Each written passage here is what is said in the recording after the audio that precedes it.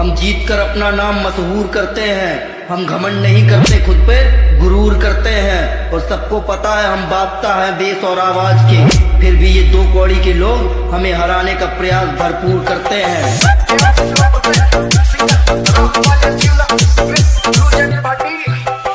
Upendra Dilip Nagar, Upendra Dilip Nagar, Upendra Dilip Nagar, Dilip Nagar.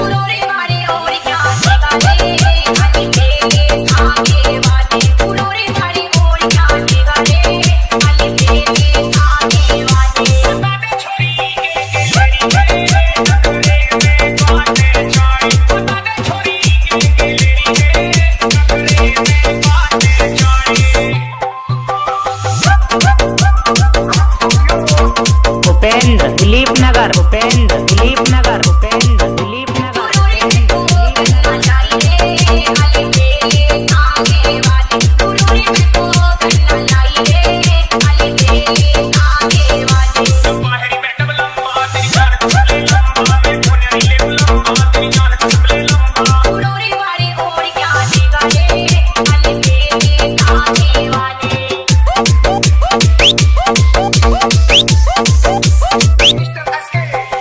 Upendra Dilip Nagar, Upendra Dilip Nagar, Upendra Dilip Nagar, Upendra Dilip Nagar.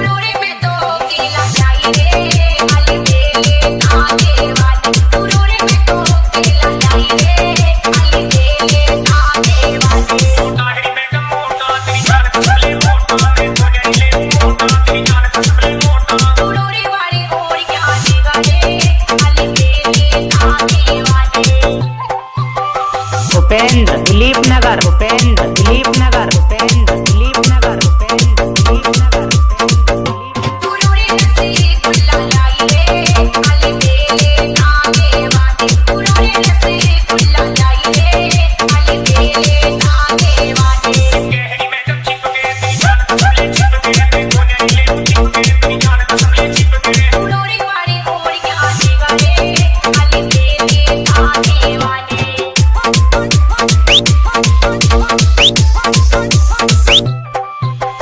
Upendra Dilip Nagar, Upendra Dilip Nagar, Upendra